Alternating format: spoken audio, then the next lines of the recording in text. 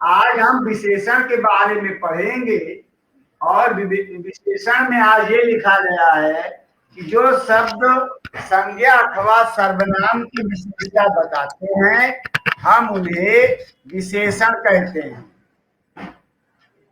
ये हम लोग लिख भी लेंगे और पढ़ भी लेंगे। संज्ञा अथवा सर्वनाम, इसको पूरा भी लिख लेंगे और याद भी कर लेंगे। यहाँ केवल संज्ञा लिखा गया है, हम लिखेंगे विशेषण में संज्ञा और सर्वनाम की विशेषता बताने वाले शब्दों को हम विशेषण कहते हैं। अब दूसरा खंड यहाँ लिखा है, उसकी विशेषता बताई जाती है उस पद को विशेष कहते हैं। जिस पद की विशेषता बताई जाती है हम उसे विशेष कहते हैं, और जो पद हम पढ़ते हैं उस रूप में वह हमारा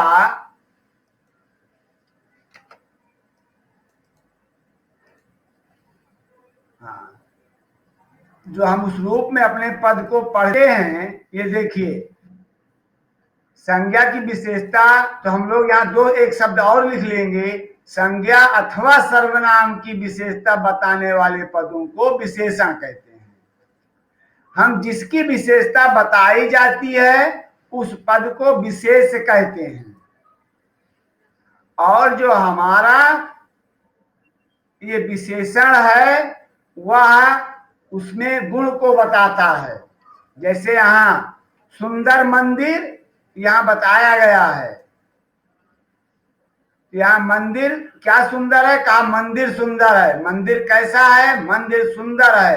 तो मंदिर हमारा विशेष होगा, और इसके बारे में जो हमारा ये सुंदर शब्द है ये मंदिर के लिए विशेषण का कार्य करेगा। ऐसे भी हम लोग बहुत से शब्दों को पढ़ते हैं, तो अब हमने यहाँ ध्यान दिया है कि हमारा जो पाठ है, पाठ में ऐसे ही अनेक शब्दों को प्रयोग किया गया है।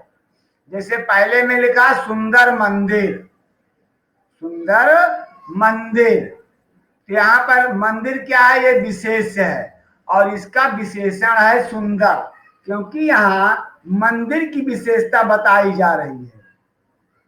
मंदिर की विशेषता बताई जा रही है।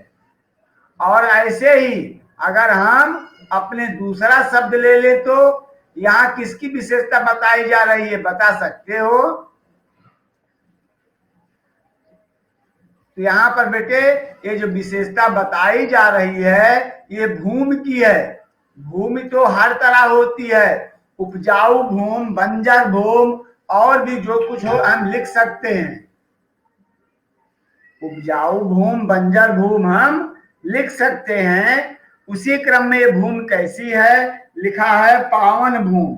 पावन का हिंदी होता है पवित्र, और पवित्र का शब्द हमारे लिए यहाँ पर विशेषण है, और इसका विशेष पद है भूमि। यहाँ पर हम ये पढ़ रहे हैं कि ये जो शब्द किसी संज्ञा या सर्वनाम, जिन्हें हम व्याकरण की भाषा में विशेष से कहते हैं, उनकी जब विशेषता बताते हैं तो हम उन्हें विशेषण कहते हैं। जैसे भूमि कैसी है, पावन, तो पावन शब्द ये है विशेषण। ऐसे हम तीसरा भी पढ़ते हैं, प्रेरणा स्रोत, तो यहाँ पर भी स्रोत एक संज्ञा या सर्वनाम होता है जहां से किसी वस्तु का उद्भव होता है। स्रोत क्या है, जहां से किसी वस्तु का उद्भव होता है। जैसे कहते हैं जल स्रोत, जल स्रोत का अर्थ है जहां से जल मिलता है। प्रेरणा स्रोत हमें जहां से जिनके बारे में पढ़ लिख कर ज्ञान प्राप्त करके प्रेरणाएं मिलती हैं, इस क्रम में हम उन्हें प्रेरणा स्रोत भी कहते हैं। और इस प्रकार हमारे पास यहाँ विशेषण और विशेष्य हैं, और इस जो हमारे 6-7 लिखे गए हैं, हमें विशेषण और विशेष का परिचय प्राप्त कर लेना है।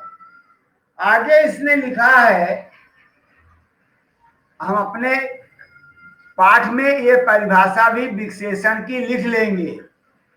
संज्ञा अथवा सर्वनाम की विशेषता बताने वाले शब्दों को विशेषण कहते हैं। जिसकी विशेषता बताई जाती है उस पद को विशेष कहते हैं, और ये विशेष हमारा संज्ञा भी हो सकता है और सर्वनाम भी हो सकता है। तो यहाँ पर हम लोग इन शब्दों को यहाँ देखते हैं।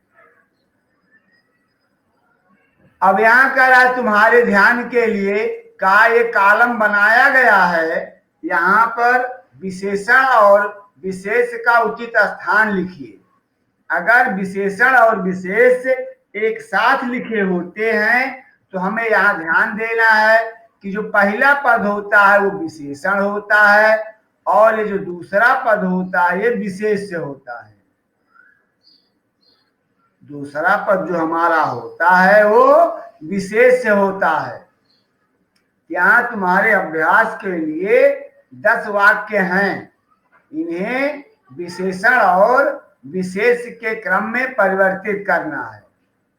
लेकिन हमें यह भी ध्यान देना है कि जो हमारे हिंदी व्याकरण में ये विशेषण और विशेष है, चाहे वो कक्षा 6 का हो, चाहे 7 का हो, चाहे 8 का हो, अपनी इस पाठ्य पुस्तक में इसी प्रकार हम क्रमानुसार अपने व्याकरण के भाग को पढ़ते रहेंगे।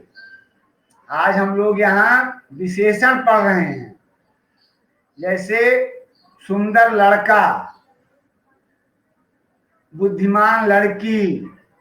तो यहाँ पर जो सुंदर शब्द है वो लड़के के लिए प्रयोग हुआ है, जो बुद्धिमान लड़की पढ़ा गया, यहाँ पर बुद्धिमान शब्द लड़की के लिए प्रयोग हुआ है।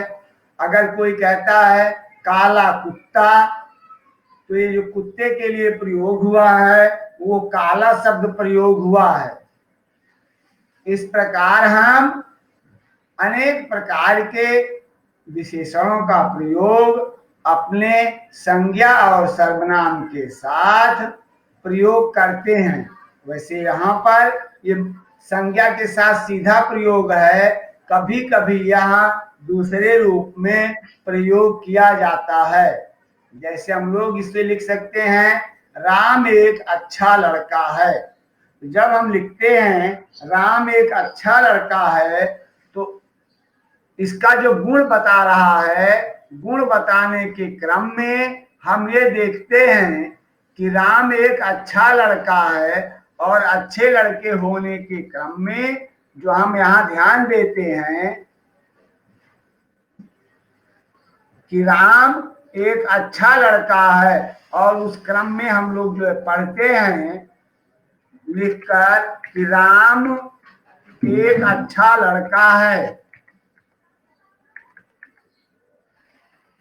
अच्छा लड़का है, इस क्रम में जब हम पढ़ लेते हैं तो हमारे भाव और हमारे विचार हमारे पदों के अनुरूप होते हैं, और हम उन पदों को वहां से पढ़ने के लिए और समझने के लिए तत्पर हो जाते हैं।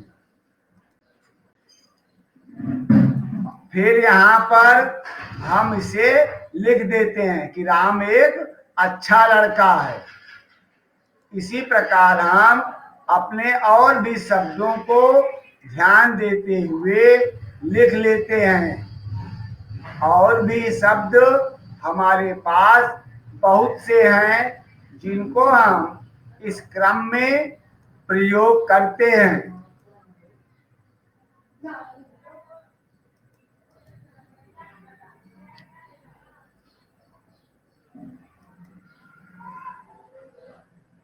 चलिए अभी हम लोग कुछ शब्द लिख करके इस प्रकार के शब्दों को ध्यान देकर पढ़ते हैं। यहाँ पर विशेषण हमें इस रूप में नहीं मिलता है, दूसरे रूप में भी मिलता है। जैसे राम एक सुंदर लड़का है, अभी हमने लिखा था, तो वहां पर हम इन्हीं शब्दों को प्रयोग करते हुए लिख लेते हैं, राम एक सुंदर लड़का है।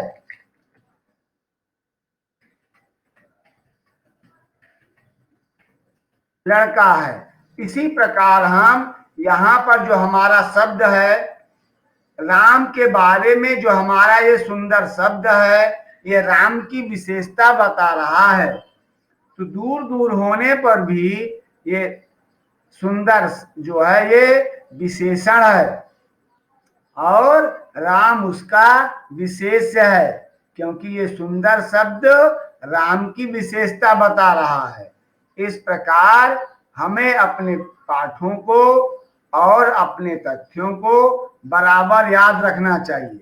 अगर इसकी व्याख्या करने को कहे तो लिख देंगे विशेषण में सुंदर, इसका जो विशेषण है वह सुंदर है, विशेषण जो है वो सुंदर है, और इसमें जो हमारा विशेष है अर्थात जिसकी हम सुंदरता बता रहे हैं वह हमारे लिए राम है, विशेष हमारा राम है। हम अपने शब्दों को पढ़ लेते हैं। इतना समझ आ रहा है ना बेटा? यहाँ पर क्या है कि इसमें तुम्हारे शब्दों में एक साथ लिखा गया है, लेकिन इस प्रकार भी हम उसे सुदूर करके भी लिखते हैं, दूर दूर भी लिख लेते हैं। जैसे वह एक काला कुत्ता है, तो काला कुत्ता एक साथ प्रयोग हो गया, लेकिन जब हम उनको अलग अलग भी लिखते हैं तो भी वे अपना स्थान परिवर्तन नहीं करते हैं, तब भी वे अपना स्थान परिवर्तन नहीं करते हैं। और हमें अपने उन शब्दों को बराबर ध्यान देना चाहिए। और इसी प्रकार हम जैसे कहते हैं कोयल काली होती है, कोयल काली होती है, तो यहाँ पर हम ये भी पढ़ते हैं, ये जो हमारा शब्द है काला शब्द जो है ये कोयल के लिए प्रयोग हुआ है, तो कोयल हमारा क्या कहा जाएगा? विशेष। और ये जो काला शब्द है ये कोयल की विशेषता बता रहा है। इतना समझा रहा है ना बेटा? हाँ, अब यहाँ पर और भी हम शब्द पढ़ते हैं। चलो तुम लोग कोई उदाहरण बता सकते हो?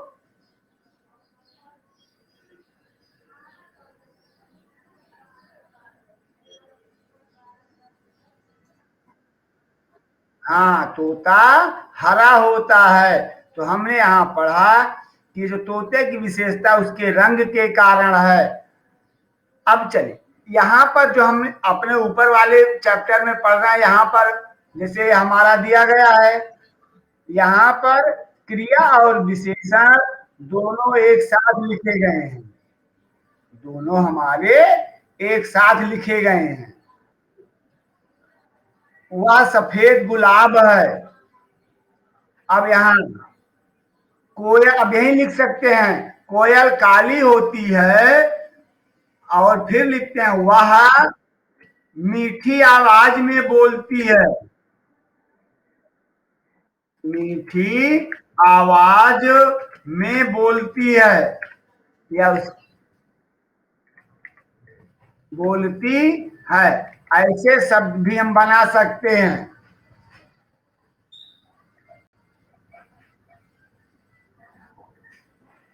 तो इस प्रकार ये जो हमारे बेटा शब्द हैं ये हमारे लिए विशेषण और विशेष को पढ़ना और उनको समझना हमारे लिए अनिवार्य होता है।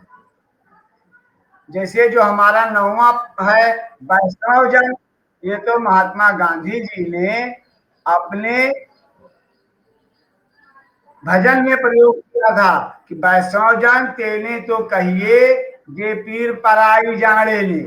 इस प्रकार हम अनेकों शब्दों को पढ़ते हैं। जैसे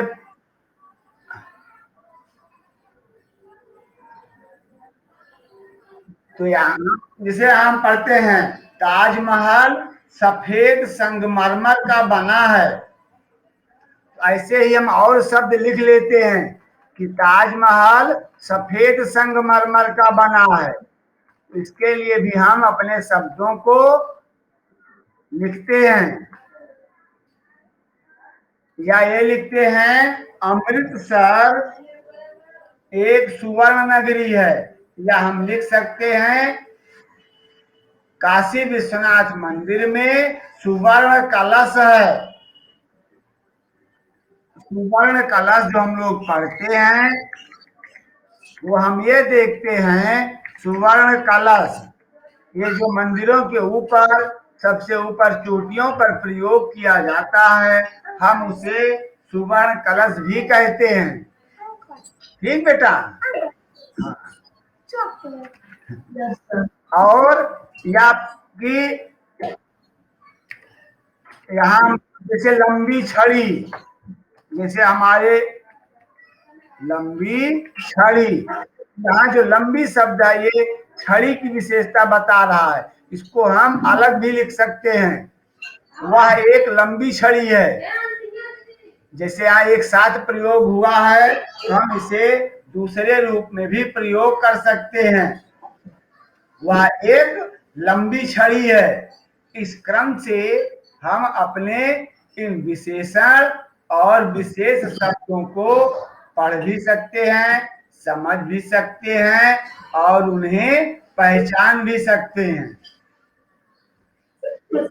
इसी लंबी छड़ी को अगर हम दूसरे ढंग से लिख दें, यहाँ चलो यह लिखते हैं, यह एक लंबी छड़ी है, वही हमारा शब्द दूर दूर हो जाएगा।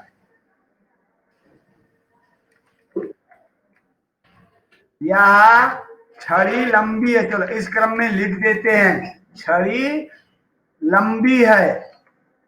अब देखिए इसका क्रम बदल गया लेकिन इसका सम्मान नहीं बदलेगा। लंबी वहां भी विशेषण था और लंबी यहां भी विशेषण है।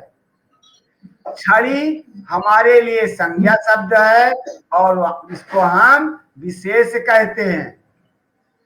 तो हमारे लिखने के ढंग बदल सकते हैं लेकिन जो विशेषण है वो विशेषण ही रहेगा और जो विशेष है वो विशेष होगा। जैसे कौवे की आवाज कैसी होती है मालूम है? कर्कश आवाज। हम लोग भी लिखते हैं कर्कश आवाज। अब इसी को हाँ, कौवा कर्कश आवाज में बोलता है।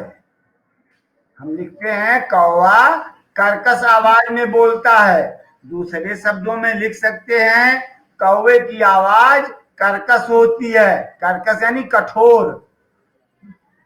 क्या कौवे की आवाज कोई सुनना पसंद करता है? शायद तो अगर आकर के हमारे सामने बोलने लगे तो उसे हम डंडे मारकर या ढेले मारकर भगा देते हैं। जैसे अभी यहां लिख दिया जाए, अनु सुंदर गीत गाती है। सुंदर गीत गाती है। इस प्रकार हम इन शब्दों को लिखते हैं।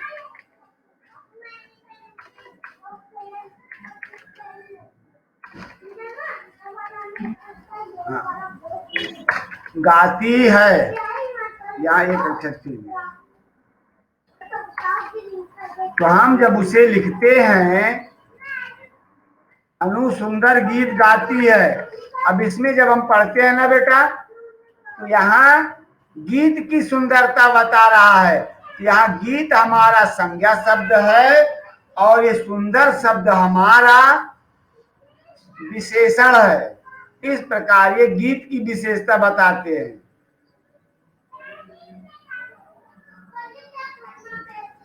और फिर इसी को हम थोड़ा परिवर्तन करते हैं। अनु का गीत बहुत सुंदर है। तो हम अब यहां पर उन्हीं शब्दों को फिर बदल देते हैं, लिखने के क्रम बदल सकते हैं। हमें यह निश्चित करना है कि विशेषण किसके लिए प्रयोग हुआ है। अगर यहाँ पर हमें देखते हैं अनु का गीत बहुत सुंदर है, तो यहाँ पर गीत की सुंदरता बता रहा है और इस क्रम में गीत हमारा विशेष्य है और सुंदर शब्द हमारा विशेषण है। लेकिन अगर यहीं से हम गीत को हटा दें, ये ना रहे, तो पढ़ेंगे अनु बहुत सुंदर है, यही सुंदर शब्द अनु का की विशेषता बताने लगेगा और फिर ये अनु जो है विशेष हो जाएगी और हमारा ये सुंदर शब्द तो विशेषण रहेगा। समझ में आया बेटे? ये हमारे प्रयोग के आधार पर निश्चित होता है। ये तुमने आज जो तुम लोग पढ़ रहे हो, यहाँ पर विशेषण और विशेष दोनों एक साथ लिखे हैं। लेकिन कभी कभी हम लोग ये भी पढ़ते हैं कि ये कभी दूर भी हो जाते हैं, लेकिन उनमें विशेषण या विशेष में कोई प्रभाव नहीं पड़ता है। से ये हरियाली धरती, तो यहाँ पर जो धरती शब्द है वो हमारा विशेष्य है और जो हमारा हरियाली शब्द है ये विशेषण है। ऐसे दूसरे शब्दों का प्रयोग भी हम कर सकते हैं। उपजाऊ धरती, बंजर धरती, ऐसे, और यहाँ हरियाली की जगह पर हम लिख सकते हैं हरी भरी धरती। या कभी कभी हम ऐसे शब्दों का भी प्रयोग करते हैं, आज हमारे खेत हरे भरे हैं। अगर खेत हरे भरे लिखे जाते हैं तो वहां पर ये शब्द हमारे बदल जाते हैं, लेकिन उनके भाव और उनके अर्थ नहीं बदलते हैं। खेत हरे भरे हैं या हरे हैं, इस प्रकार भी हम लिख सकते हैं, अर्थात फसलों के द्वारा खेत हरे दिख रहे हैं। इस प्रकार हम इन्हें प्रयोग करते हैं।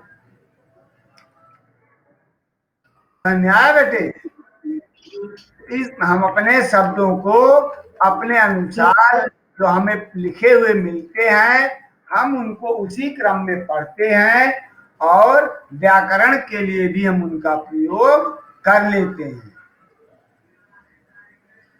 जैसे भी यहाँ एक शब्द है ऊंचा पर्वत, 5वें खंड में लिखा है, अभी हम लिखते हैं हिमालय एक ऊंचा पर्वत है।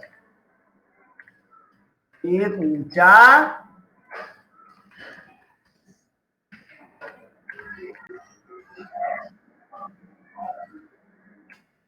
ऊंचा पर्वत है, ऐसा लिख दिया।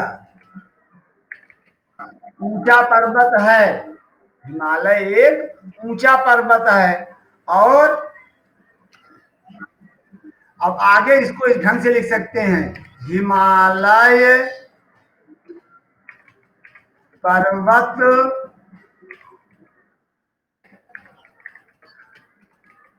सबसे ऊंचा है।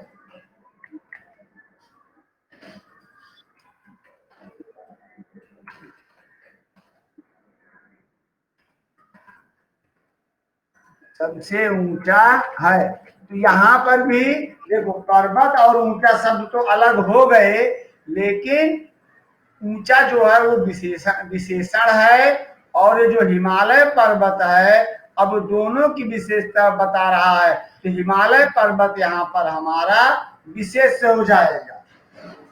यहाँ पर केवल पर्वत विशेष है और यहाँ पर ऊंचा विशेषण है, लेकिन अब हमारा जो विशेष है वो हिमालय पर्वत पूरा हो जाएगा और विशेषण में ऊंचा ही रहेगा।